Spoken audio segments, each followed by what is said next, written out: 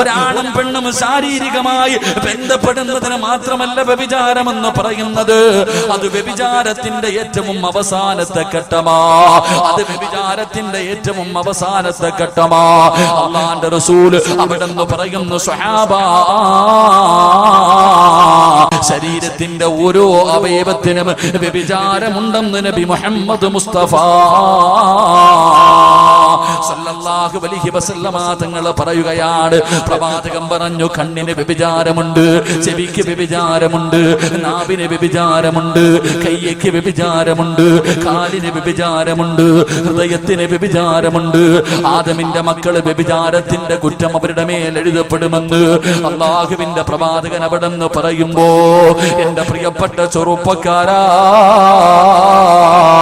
കണ്ണിന്റെ വ്യഭിചാരം എന്തെന്നറിയുമോ? അല്ലാഹുവിന്റെ റസൂൽ പറയുകയാണ്, അബൂ ഹുറൈറ തങ്ങൾ പറഞ്ഞു കൊടുക്കുകയാ, കണ്ണിന്റെ വ്യഭിചാരം എന്തെന്നറിയോ? അല്ലാഹുവിന്റെ റസൂൽ പറയുന്നു, സ്വഹാബാ, ഹറാമ് കാണൽ കണ്ണിന്റെ വ്യഭിചാരമാണെന്ന് നബി മുഹമ്മദ് മുസ്തഫ സല്ലല്ലാഹു അലൈഹി വസല്ലമ തങ്ങൾ പറയുമ്പോ, ഇന്ന് ഏറ്റവും കൂടുതൽ വ്യഭിചാരം നടക്കുന്നത് ഏത് വഴിയിലൂടെ എന്നറിയുമോ? അല്ലാഹുവേ, മൊബൈലിലൂടെയാണ്. പാതിരാത്രി 9 മണിയായ എല്ലാവരും ഭക്ഷണം കഴിച്ചിട്ട് ഒരു വീടിന്റെ പല പല റൂമിനകത്തേക്ക് കിടക്കുകയാണ്. വാപ്പ ഒരു റൂമിലാണ്, ഉമ്മ ഒരു റൂമിലാണ്, മക്കൾ ഒരു റൂമിലാണ്. പടച്ചവനെ, എന്നിട്ട് ഓരോ റൂമിനകത്ത് കിടന്നുകൊണ്ട് വ്യഭിചരിക്കുമ്പോ, ഫോണിലൂടെയുള്ള വ്യഭിചാരം വല്ലാതെ വർദ്ധിക്കുമ്പോ, പടച്ചവനെ, എന്റെ പ്രിയപ്പെട്ട ചെറുപ്പക്കാരാ, യൂട്യൂബിൽ കയറിയിട്ട് അന്യ പെണ്ണിന്റെ ശരീരം കണ്ട് ആസ്വദിക്കുന്ന പൊന്നുമോനെ, വാട്സപ്പിലൂടെ തന്റെ കാമുകിക്ക് തന്റെ നഗ്നചിത്രം വഹിച്ചു കൊടുക്കുന്ന ചെറുപ്പക്കാര്, അവിടെ നിങ്ങോട്ട് വേടിക്കുന്ന പെണ്ണുങ്ങള്, അള്ളാഹു നിങ്ങൾക്ക് തരുന്ന ശിക്ഷ എന്തെന്നറിയുമോ? അള്ളാഹുവേ, നിങ്ങൾക്ക് പടച്ചിറപ്പ് തരുന്ന ശിക്ഷ എന്തെന്നറിയുമോ? അള്ളാഹു തന്ന കണ്ണുകൊണ്ട് ഹറാമ് കാണുന്നവര്, അള്ളാന്റെ റസൂല് പറയുകയാ, നാളെ നീ പരലോകത്തേക്ക് കടന്നു ചെല്ലുമ്പോ അതാ നിന്നെ മലക്കുകൾ പിടിച്ചു കയ്യും കാലും ചങ്ങലയിൽ കെട്ടുകയാണ്. നിന്റെ കയ്യും കാലും ചങ്ങലയിൽ കെട്ടിയിട്ട് നിന്റെ കണ്ണിനകത്തേക്ക് ഈയം ഉരുക്കി ഒഴിക്കുമെന്ന് അഷ്റഫുൽ ഖൽഖ് നബി മുഹമ്മദ് മുസ്തഫ സല്ലല്ലാഹു അലൈഹി വസല്ലമ തങ്ങൾ പറയുമ്പോ, ചിലരൊക്കെ ഇതിന് നിസാരമായിട്ടാണ് തള്ളുന്നത്. ഇത് നിസാരമല്ല.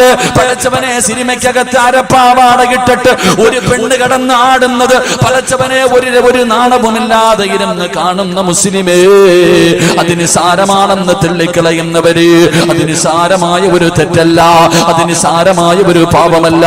അന്യ പെണ്ണിന്റെ ശരീരം കണ്ട് ആസ്വദിക്കുന്നത് ഒരു നിസാര തെറ്റല്ല. എന്റെ പ്രിയമുള്ളവരെ, അല്ലാഹുവിന്റെ പരിശുദ്ധമായ കഅബാലയമുണ്ടല്ലോ, അല്ലാഹുവിന്റെ വിശുദ്ധമായ കഅബാലയത്തിൽ പടച്ചവനെ ഒരു പണ്ഡിതൻ ഇങ്ങനെ തവാഫ് ചെയ്തുകൊണ്ടിരിക്കുമ്പോ, കഅബാലയത്തിന്റെ ചുറ്റുഭാഗത്ത് ഇങ്ങനെ തവാഫ് ചെയ്തുകൊണ്ടിരിക്കുമ്പോ, ഒരു ചെറുപ്പക്കാരൻ കഅബയുടെ കില്ല പിടിച്ചിട്ട് കരഞ്ഞുകൊണ്ട് ദുആ ചെയ്യുകയാണ്. ഒരു ചെറുപ്പക്കാരനുണ്ടല്ലോ, ഒരേ ഒരു ദുആ മാത്രമേ പറയുന്നുള്ളൂ. കഅബാലയത്തിന്റെ കില്ല പിടിച്ചിട്ട് റബ്ബേ, എത്രയോ കൊല്ലങ്ങളായി നിന്ന് കരയുകയാണ്. അവിടെ നിന്ന് ദുആ ചെയ്യുന്നത് എന്തെന്നറിയുമോ? അല്ലാഹുമ്മ ഖ്രിജ്നി മിൻ ഹാദിഹി ദുനിയാ മുസ്ലിമാ. ഒരു മനുഷ്യന് കഅബാലയത്തിന്റെ കില്ല പിടിച്ചിട്ട് എപ്പോ നോക്കിയാലും ഇതേ ദുആ മാത്രമാണ് പറയുന്നത്. എപ്പോ നോക്കിയാലും ഇതേ ഒരു വാചകം മാത്രമേ പറയുന്നുള്ളൂ. പൊട്ടിക്കരഞ്ഞുകൊണ്ട് ദുആ ചെയ്യുകയാണ്, അല്ലാഹുമ്മ ഖ്രിജ്നി മിൻ ഹാദിഹി ദുനിയാ മുസ്ലിമാ. അല്ലാഹുവേ, എന്നെ നീ ഒരു മുസ്ലിമാക്കി മരിപ്പിക്കണേ അല്ലാ.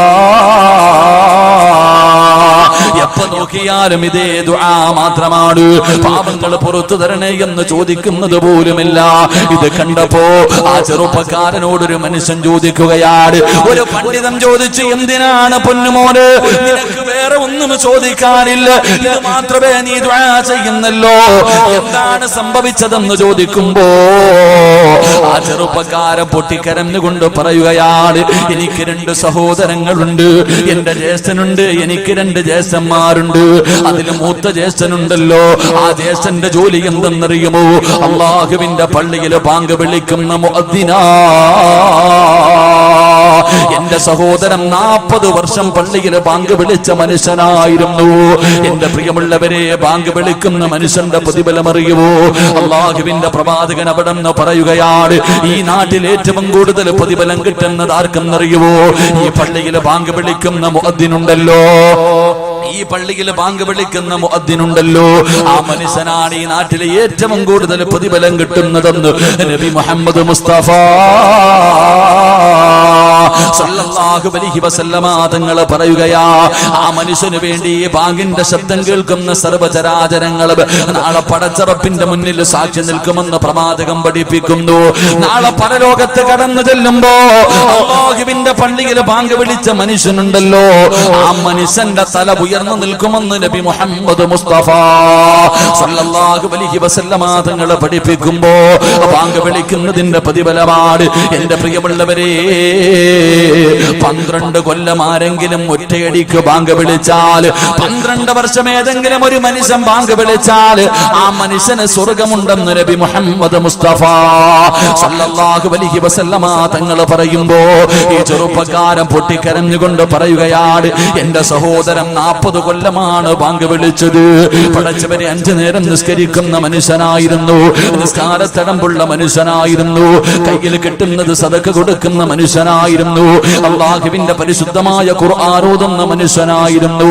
പടച്ചവനെ രാത്രി കാലങ്ങളിൽ എഴുന്നേറ്റ് നിന്ന് തഹജ്ജുദ് നിസ്കരിക്കുന്ന മനുഷ്യനായിരുന്നു. പക്ഷേ എന്റെ ജ്യേഷ്ഠനുണ്ടല്ലോ, അവിടുന്ന് രോഗം പിടിച്ച് സക്കറാത്തിന്റെ അവസ്ഥയിൽ കിടക്കുമ്പോ എന്റെ പ്രിയപ്പെട്ട സഹോദരൻ 40 കൊല്ലം അല്ലാഹുവിന്റെ പള്ളിയിൽ അല്ലാഹു അക്ബർ അല്ലാഹു അക്ബർ അല്ലാഹുവിന്റെ പള്ളിയിൽ 40 കൊല്ലം ബാങ്ക് വിളിച്ച എന്റെ സഹോദരനുണ്ടല്ലോ, അവസാനം സക്കറാത്തിന്റെ അവസ്ഥ എത്തിയപ്പോ എന്നോട് പറഞ്ഞു, പരിശുദ്ധമായ ഖുർആൻ എടുത്തുകൊണ്ടുവരാൻ. എന്നോട് എന്റെ സഹോദരൻ പറഞ്ഞു, മോനെ ഖുർആൻ എടുത്തുകൊണ്ടുവാ. പടച്ചവനെ, ഞാൻ ചിന്തിച്ചു, എന്റെ സഹോദരൻ ഖുർആൻ ഒരുപാട് ഓതിയതാണല്ലോ, ആ ഖുർആൻ ഓതിയിട്ട് മരിക്കാൻ പോകുകയായിരിക്കും, അള്ളാന്റെ ഖുർആൻ കെട്ടിപ്പിടിച്ച് മരിക്കാനായിരിക്കും. ഖുർആൻ എടുത്തുകൊണ്ട് വരാൻ പറഞ്ഞപ്പോ ഞാൻ എന്റെ സഹോദരന്റെ കയ്യിലേക്ക് ഖുർആൻ കൊണ്ടുവച്ചപ്പോ അവിടെ നിന്ന് പറയുന്നു, കഫർതു ബില്ലാഹി ബിമാ ഉൻസില. പരിശുദ്ധമായ ഖുർആൻ കൊണ്ടുകൊടുത്തപ്പോ ആ ഖുർആൻ വലിച്ചു കീറുകയാണ്, അല്ലാഹുവിന്റെ പരിശുദ്ധമായ ഖുർആൻ വലിച്ചു കീറുകയാണ്. എന്നിട്ട് പറയുകയാ, എനിക്ക് ഈ ഖുർആനിൽ വിശ്വാസമില്ല. 40 കൊല്ലം അല്ലാഹുവിന്റെ പള്ളിയിൽ ബാങ്ക് വിളിച്ച മനുഷ്യനുണ്ടല്ലോ, അവസാനം മരണത്തിന്റെ വേളയിൽ സക്കറാത്തിന്റെ അവസ്ഥയിൽ തന്റെ സഹോദരനോട് പരിശുദ്ധമായ ഖുർആൻ എടുത്തുകൊണ്ടുവരാൻ പറഞ്ഞു. ആ ഖുർആൻ കയ്യിൽ കൊണ്ടുകൊടുക്കുമ്പോ എനിക്കിതിൽ വിശ്വാസമില്ലെന്ന് പറഞ്ഞുകൊണ്ട് റബ്ബിന്റെ ഖുർആൻ അങ്ങ് വലിച്ചു കീറുകയാണ്. എന്റെ പ്രിയമുള്ളവരെ, ആ മനുഷ്യൻ പറയുകയാ, എന്റെ സഹോദരൻ കാഫിറായി മരിച്ചുപോയി.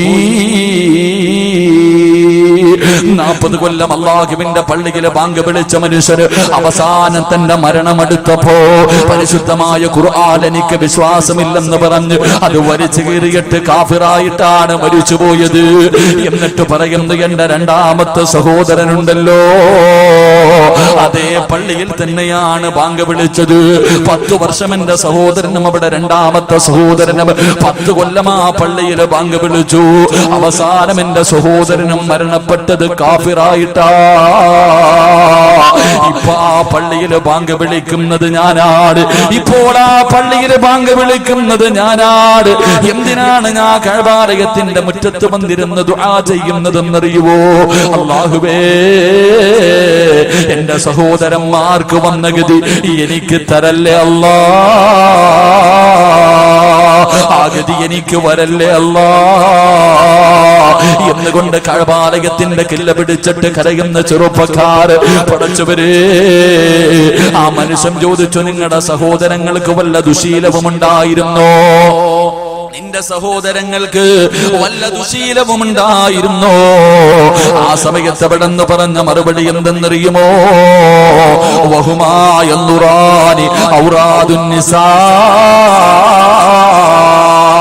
പടച്ചവരെ, യതീംഖാനയുടെ മുന്നിൽ ഒരുമിച്ച് കൂടിയ മുസ്ലിമേ,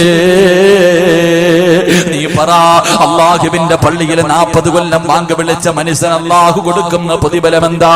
എത്ര നല്ല മനുഷ്യനാണ് പടച്ചവരെ, എത്ര നല്ല മനുഷ്യനാണ്. ആ മനുഷ്യൻ അള്ളാഹുവേ തഹജ്ജുദ് നിസ്കരിക്കുമായിരുന്നു, ഖുർആൻ ഓതുമായിരുന്നു, ദിക്റുകൾ പറയുമായിരുന്നു, സദഖകൾ കൊടുക്കുമായിരുന്നു.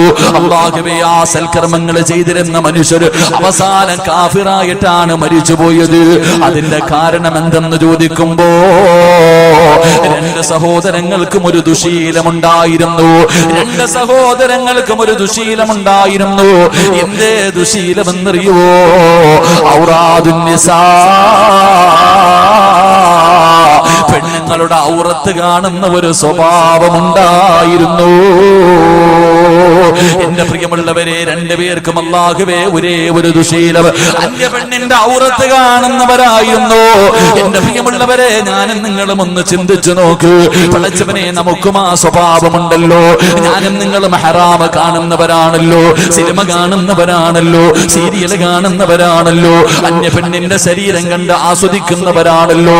എന്റെ പ്രിയപ്പെട്ട ചെറുപ്പക്കാരാ, പാതിരാത്രി തന്റെ പ്രിയപ്പെട്ട കാമുകിയതാ നഗ്നചിത്രം അയച്ചു തരുമ്പോ നീ കാണുന്നവനല്ലേ, നീ ഷെയർ ചെയ്യുന്നവനല്ലേ, IMOയിലൂടെ നിന്റെ പ്രിയപ്പെട്ട കാമുകിയെ കാണുന്നവനല്ലേ?